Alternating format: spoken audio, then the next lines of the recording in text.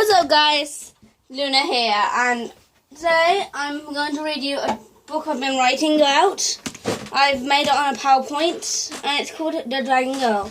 Now, for every chapter I finish, I will end it by going. So let me just try this again. To show you what it is. Anyway, this is by a load of well, first of all, one of them is Moi. They're basically all my sisters. There's Sophie Crow, Luna Yuchia, Moi, Monika-chan, Eureka, Solar Death Moon, Rose, Sapphire, Jade, Ruby, and May. Yeah. They're all female. Because females rock. No sexism there. So, let's get starting.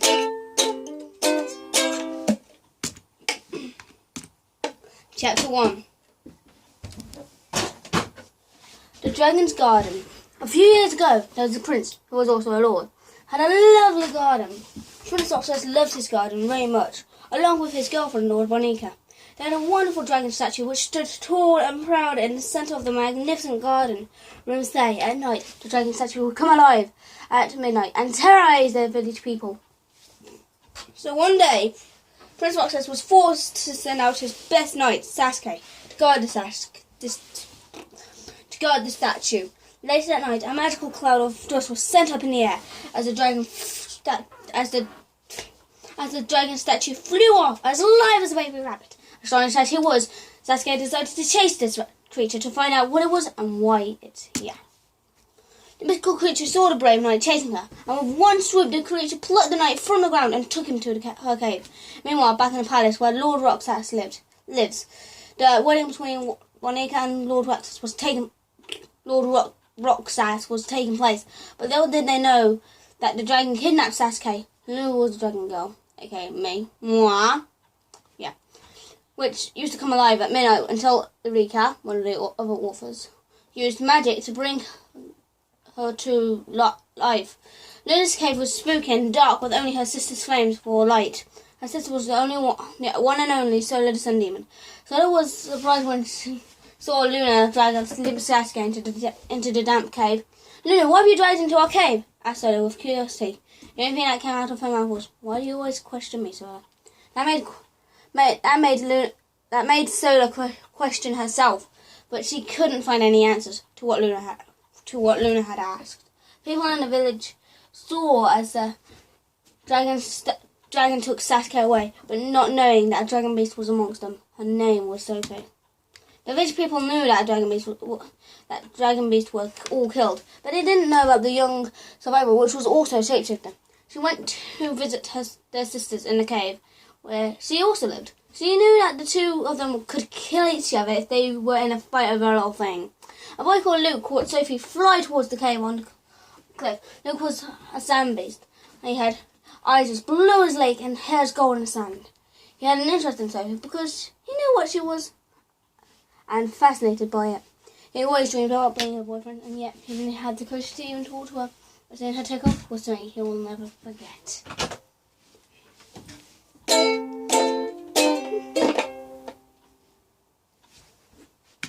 Chapter 2. The Mysterious Man with a Mask. Luke was the creepy type of boy, and he would spy on his crush, as she does everything. But one day, he saw Luna, who was the dragon statue, licking Sasuke's face with her forked tongue. The next thing you know, Bonica came into the cave, gave him all hugs before going into a cat form. When Roxas found out that his wife was one of the things that was frightening the village people, this was a shock for them anyways to see each other like this. One of them? Asked the confused Roxas. Anyway, back to the mystical girl we know as Sophie. She was flirting with the guy we know as Luke, which wasn't normal for her to do. Luke was really surprised that his crush was flirting with him, which made him blush red as blood. Without warning, Luke, I'm not good at reading anyway.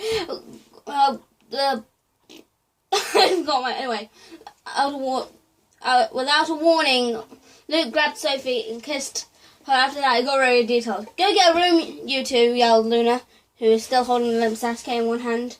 All of a sudden, a man who had a mask which covered most of his face, entered the cave, and with that, Roxas told him that the man was known as Kakashi, the ninja of the mountains.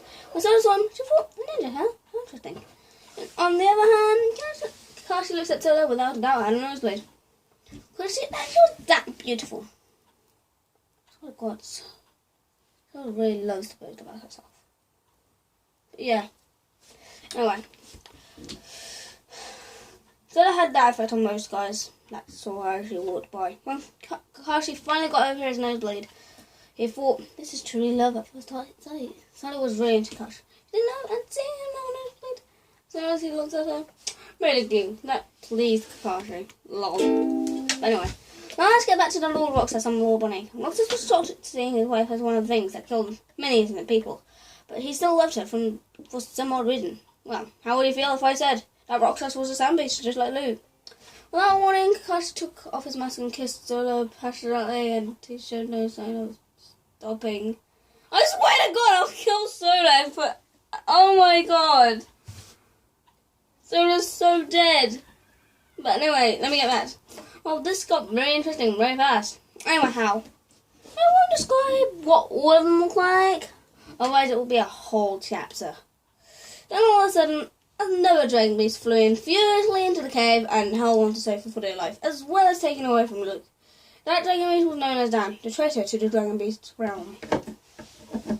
But he was Sophie's best friend, and he wouldn't leave her side. As soon as Luna saw Dan, what Dan was doing, she quickly dropped Sasuke and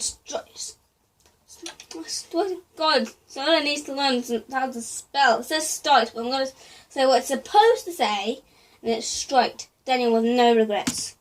Oh God, I can't believe it. Now you're probably wondering why Luna is so violent. Well, it starts off when she was only 3 years old. When Luna and Sora were 3 years old, they play out in the field. And some random kids started pushing the sisters around till one of the older kids hit Sora unconscious. It filled Luna with anger. She hit the boy so hard that he got a nosebleed, and for the others, well, let's say it didn't end out so well for them. Then her eyes started to switch and glow in a dark blue. Her black furry wings came out with a burst of black mist. With a creepy tone in her voice, she said, "You will be sorry for what you have done." She started laughing in a menacing manner. That was when she found out that she had the moon's crescent, which meant she had more power than her sibling we know as Zola. She then started to float as a black cloth grew around her until it completely covered her, making her look creepier than ever. He can run, but he can't hide, because I, the powerful Luna, will find and kill you, she told the boys, which was followed by an evil laugh. That made the boys run off screaming for their mothers. That Solo never saw the side of her sister before, but she didn't know what to do to know this side of Luna, so she ran off for her life without knowing what would happen. Luna saw Solo take off, which made her upset. She knew that she was a monster, so she asked her friend to turn her into a statue for the baby Prince Roxas. Luna wasn't 100% sure about it, but if that was what Solo wanted, she knew she had to do it. This was what she thought would be the end. When Solo found out what Luna did, she couldn't forgive herself, because she knew that Luna was afraid that she wouldn't love her anymore. Eureka would stay to comfort Solo, as she knew how hard it was to lose someone you loved. After all, she did lose her brother when she was only 3 years old. Solo knew Eureka turned her sister into a statue and started attacking her without mercy, but that only made her feel worse than she was already feeling.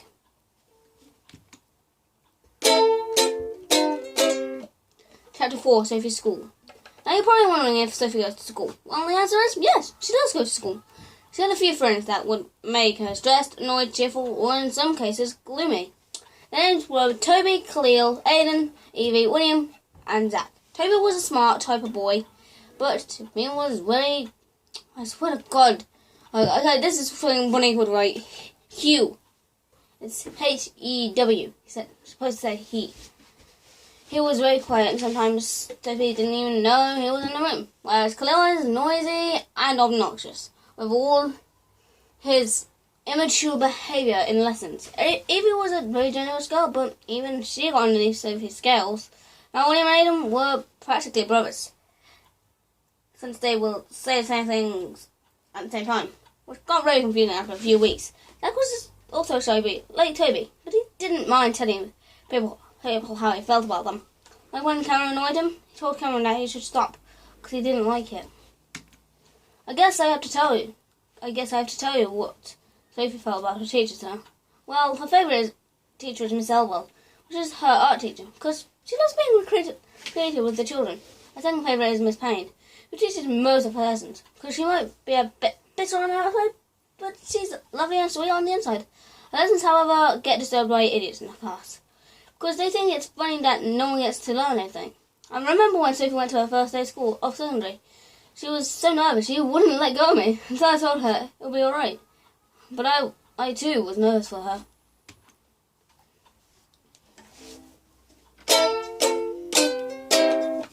One night, Sophie invited some of her friends over for a sleepover and baking. One of her friends, Toby, asked if he could read some of her books, but Sophie replied, "Say, Toby, but you can't, I'm afraid, because I'm going to tell ghost stories all night."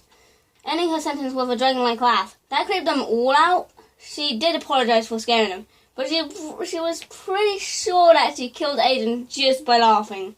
That made William fall on the floor laughing, whereas Cleo was just staring at Sophie in shock. Cleo thought that she was going to kill him, so he ran off to hide, but William fainted from laughing. Aiden regained consciousness from fainting from her laugh, which didn't compute with Aiden. Later on that same night, Sophie told her ghost story.